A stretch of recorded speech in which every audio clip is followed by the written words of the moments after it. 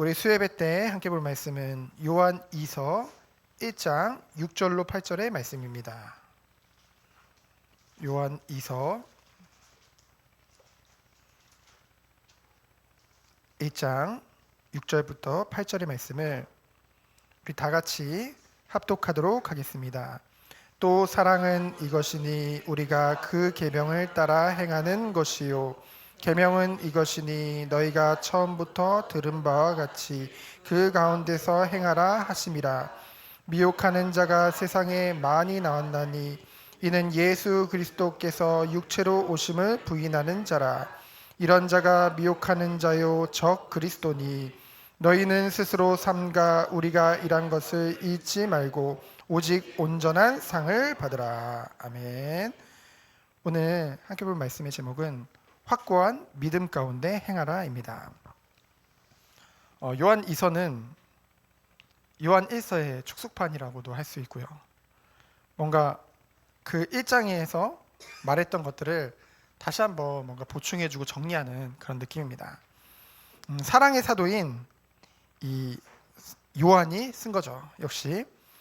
근데요, 우리가 사랑의 사도라고 부를 수밖에 없는 것이 누구보다 사도 요한은 그 사랑에 대해서 강조했기 때문입니다.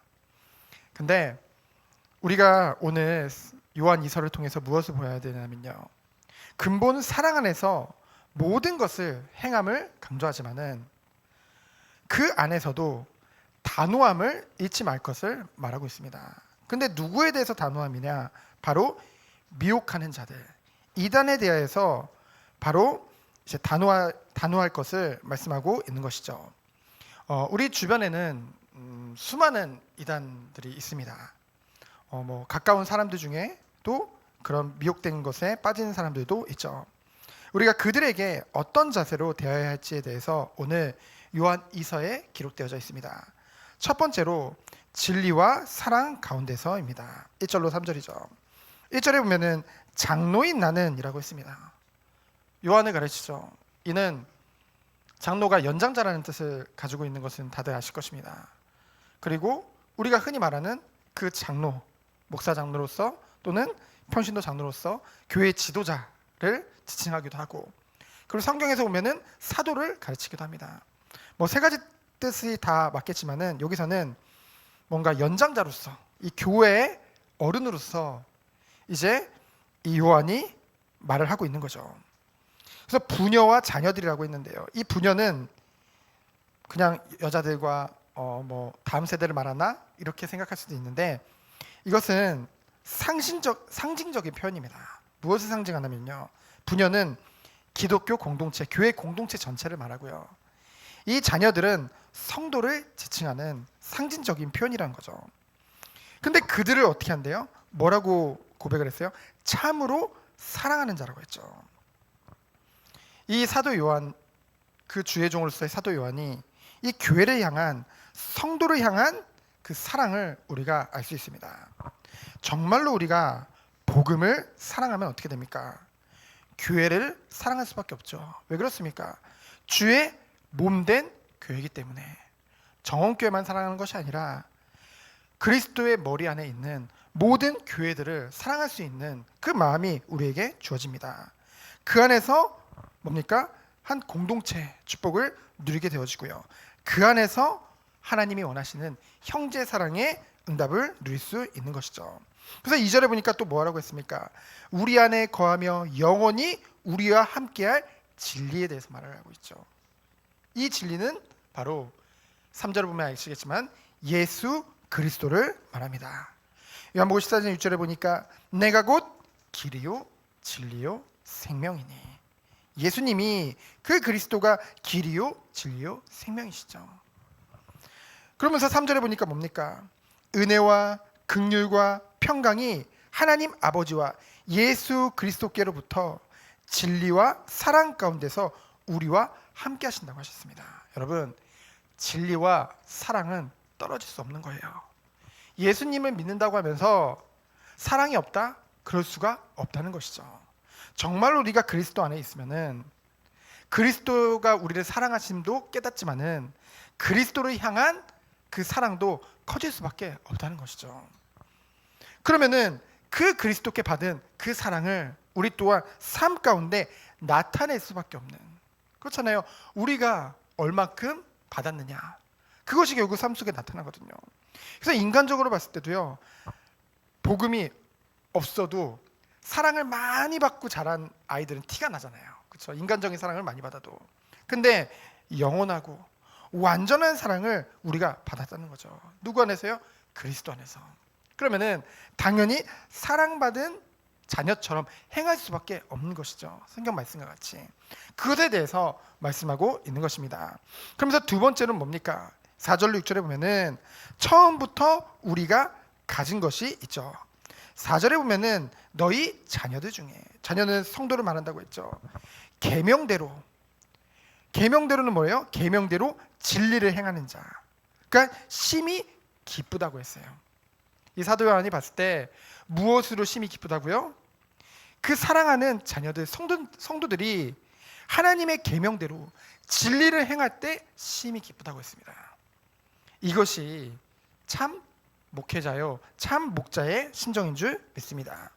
성도가 하느님마다 잘되고 성공하고 높은 자리에 올라가고 세상 영광 나타내고, 물론 그것도 기쁘겠죠. 하지만 그것이 결국은 교회 안에 파고든 번영신앙, 성공신앙이거든요. 그것을 부추기는 목회자는 어떻게 해야 되겠습니까? 떠나야 됩니다.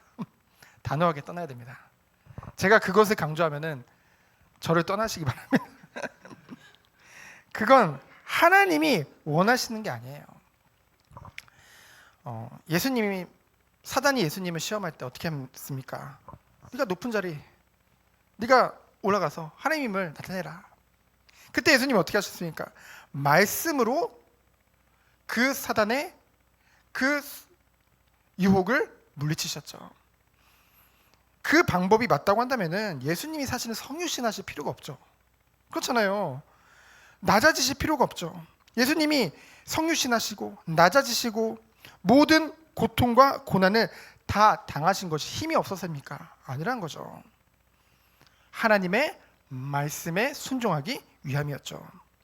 결국은요, 정말로 이 성육신을 부인한다, 그냥 나는 예수님이 정말 참 하나님이고 참된 인간이며, 그래서 참된 인간의 몸으로 하나님이 이 땅에 오신 것을 믿습니다, 이렇게 말로만 믿는 것뿐만이 아니라 정말로 이 것들을 내려놓고 반대로 예수님이 말씀하신 건 반대인 사상을 쫓아가도록 만드는 것, 그것이 결국은 성육신을 부인하는 게 되는 거거든요.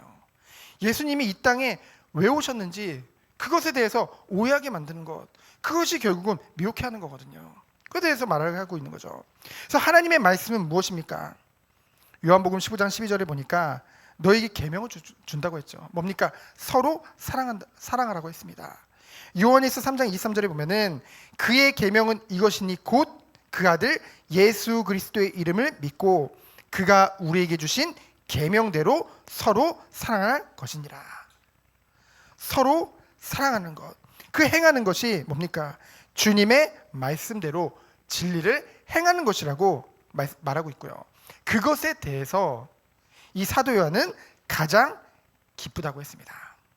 눈에 보이는 것은요, 비록 안 되는 것 같아도, 부족한 것 같아도 우리 성도님들이 이러한 축복 속으로 계속 들어간다, 그 과정 속에 있다, 그것을 가장 기뻐할 수 있는 것이 참된 목자의 심정인 줄 믿습니다. 그래서 저는 그것이 굉장히 기뻐요. 우리 청년들이라고 해봤자 몇 명 안 되지만 청년들과 이제 같이 말씀 듣고 같이 이렇게 말씀 포럼하다 보면은, 이제 예전에는 이런 부분들이 좀 별로 그랬는데 이제는 너무나 자연스럽게 이런 부분이 믿어지고 자연스럽게 우리의 고백이 되어지고 갈수록 주님을 닮아가고 그 축복 속에 들어간다는 것이 기쁘다. 그런 고백을 할 때 저는 가장 기쁩니다. 그렇죠? 그게 모든 거거든요.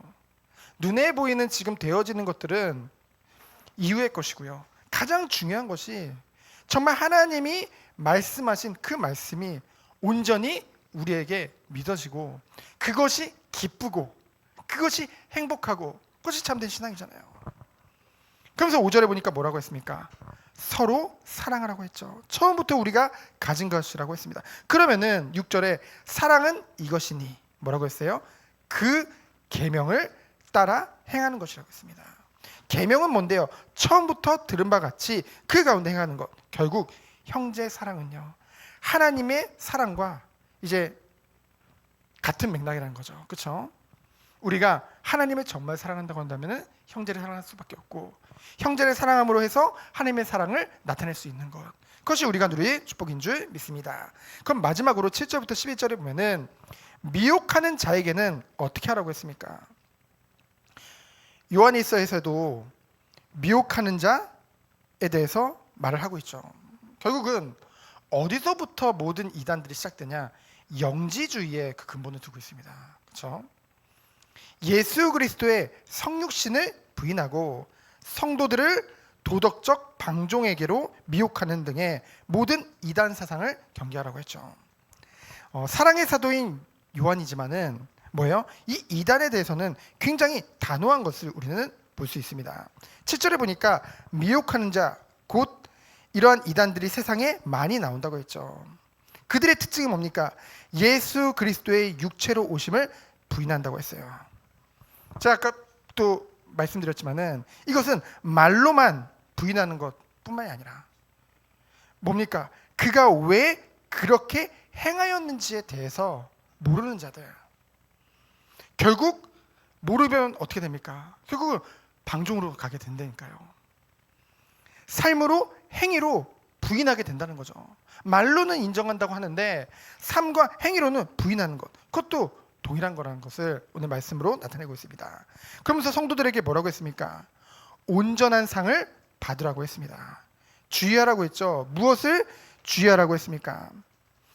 오늘 8절에 보면 너희는 스스로 삼가, 스스로 삼간다는 말은 스스로 주의하는 거죠. 뭐요? 우리가 일한 것을 잊지 말고. 우리가는 뭡니까? 사도들을 말하죠. 사도들이 무엇을 일했습니까? 진리, 바로 그 복음을 정말로 우리가 어떻게 삶 가운데 누리고 그 안에서 사는지에 대해서 증거하고 있는 것이죠. 그것을 잊지 말고 온전한 상을 받으라는 것은 무엇입니까? 이번 주 강단 말씀에도 우리가 함께 살펴보았지만은 사단이 가장 잘 속이는 부분이 뭐라고요? 두루뭉실한, 애매한, 어중간한 신앙이에요. 그렇죠? 우리가 그 안에 자꾸만 그 어중간한 만큼, 그만큼 경계가 약간 애매한 만큼 어떻게 됩니까? 그만큼 속이기도 좋고요. 그만큼 흔들릴 수밖에 없다는 것이죠. 그래서 뭡니까? 확고한 결단을 내라는 거죠. 그러기 위해서는 결단 이전에 뭐가 먼저가 돼야 된다고 했어요? 회개가 먼저 돼야 된다고 했죠. 여러분, 참된 회개는 뭡니까? 우리가 회개라고 하니까 뭔가 윤리적인 그런 잘못을 뭔가 비는 그런 것으로만 생각할 수 있는데, 참된 회개는 주를, 정말 우리가 주 누군지 알죠?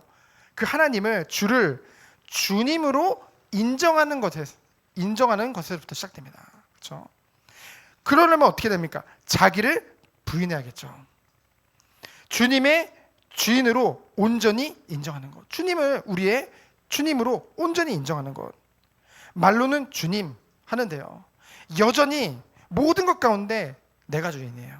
그렇죠? 내가 좀 기분 나쁘면, 내가 좀 안 되면, 내가 좀 이러면, 내가 좀 저러면 그것에서 회개하는 거죠. 그것이 슬픈 거예요, 마음에. 하나님은 우리에게 이런 사랑과 이런 은혜를 주셨는데 여전히 나는 나를 위한 삶을 살고 있습니다. 그것이 정말 슬픈 거예요. 그것이 정말 마음에 애통한 것입니다. 그럼 어떻게 해야 됩니까? 하나님 앞에, 주 앞에 엎드려야겠죠. 그러면서 뭡니까? 온전한 상, 곧 회개를 통해서 확고한 믿음 가지고 하나님 앞에 정말로 충성하며, 그렇죠? 나라에만 충성하는 게 아니라 하나님 앞에 충성하며 의로운 거룩한 삶에 깃들은 하늘 상급, 곧 온전한 상을 바라보면서 나아가는 것, 그것이 성도의 삶이요. 이러한 과정이 즐겁고 행복한 것이 참된 성도의 삶인 줄 믿습니다. 그러면서 뭡니까? 그리스도의 교훈 안에 거하지 아니하는 자에 대해서 어떻게 하라고 했습니까? 오늘 말씀의 9절에 보면은 지나쳐 그리스도의 교훈 안에 거하지 않는 자, 이 지나친다는 말은 무엇입니까? 지나친다는 말은 이 영지주의자들이 영지 사상을 가지고 인간 스스로를 의존한다는 거죠. 그러면서 하나님의 말씀하신 것을 거역하고 하나님의 말씀보다 말씀 위에 무엇인가 다른 것을 올려놓고 말씀을 스스로 더하기도 하고 빼기도 하고 그런 모든 행위들이 뭐라고요? 결국 하나님을 모시지 않는 그런 행위라는 것이죠. 그렇다면 교훈 안에 거하는 사람은 누굽니까? 바로 아버지와 그의 아들 예수 그리스도를 모신 자들, 온전히 주님을 바라보는 자들, 이러한 자들이 우리 성도님들이죠. 그럼 성도님들은 어떤 축복을 누려가고요? 누구든지 이 교훈을 가지지 않고 10절에 보니까 너희에게 나아가는 자는 어떻게 하래요? 그를 집에 들이지도 말고 인사도 하지 말라. 분명히 말을 하고 있죠. 여러분, 이단과 잘 지낼 수 있습니까? 미혹해하는 자들과 잘 지낼 수 있을까요? 사랑이 있는데 우리에게는 사랑이 있으니까 물론 우리는 그들을 위해서 기도해 줘야 됩니다. 그리스도의 사랑으로 그들이 돌이킬 수 있도록 도와줘야겠죠. 하지만 저는 그런 걸 많이 봤습니다. 지금도 그 이름만 대면 유명한 목사님들이 그 이단의 인물과 그냥 사랑을 가지고 어떻게든 이 사람을 돌이키게 하기 위해서 만나서 몇 마디 나눴을 뿐인데 그것을 증거로 가지고 나는 이거 봐라, 이런 훌륭한 사람들과 내가 관계를 맺었다, 그러니까 나는 이단이 아니다 라고 주장하는 이단도 있다니까요. 지금도 있습니다. 뭐냐면요, 이 믿는 우리들을 도리어 그러니까 그 한 미혹해하는 자들 특징이 뭡니까? 결국은 이간질하는 자요. 그리고 이 사단의 그 유혹 안에서 이끌림을 받는 자들이잖아요. 결국은 진리에서 멀어진 자들이잖아요. 그러니까 그들의 특징은 뭐예요? 우리는 뭐예요? 그리스도 안에서 섬기는 자들이잖아요. 그것을 오히려 이용해가지고 역이용해가지고 자신에게 유익하도록 쓰는 자들이 바로 그들이거든요. 그래서 우리는 뭡니까? 11절에 보니까 결국은 그에게 인사하는 자는 그 악한 일에 참여하는 자임이니라. 우리도 모르게 참여하는 자가 된다는 것이죠. 그럼 주석이 뭐라고 했냐? 우리도 모르게 그러한 죄를 같이 짓는 꼴이 된다는 것이죠. 그럼 하나님 자녀가 그럴 수 있겠습니까? 그럴 수 없다는 것이죠. 그래서 오늘 결론은 무엇입니까? 첫 번째로 참된 교회와 참된 성도가 누릴 축복은 뭡니까? 그리스도 예수 안에서 서로 사랑하는 것이죠. 당연한 축복인 줄 믿습니다. 그러면서 어떤 축복을 누려야겠습니까? 참된 목자를 볼 수 있는 눈이 있어야 된다는 것이죠. 분별할 수 있는. 성도의 세상적인 응답보다 영적인 성숙을 더욱더 기뻐하는, 그것을 본다는 것은요, 그 목자의 심정, 그 중심 안에 정말 그 기준이 있다는 것이죠. 그것을 기뻐하고 그것을 사랑하는 그 마음. 그러면서 뭡니까? 거짓과 미혹의 영에 대해서는 어떻게 해라? 단호해라. 그것이 바로 요한 이서의 주제입니다. 그래서 우리가 정말로 진리와 사랑 안에서 거하면서 하나님이 원하시는 그 굳건한 믿음 가지고 확고한 믿음 가지고 그 안에서 행하는 우리 모든 성도님들 되어지기를 예수 그리스도 이름으로 축원드립니다. 시간 기도합니다. 하나님 감사합니다. 하나님이 원하시는 참된 응답을 누리는 우리 모든 성도님들 되도록 주께서 축복하여 주옵소서. 살아계신 예수 그리스도 이름으로 기도합니다. 아멘.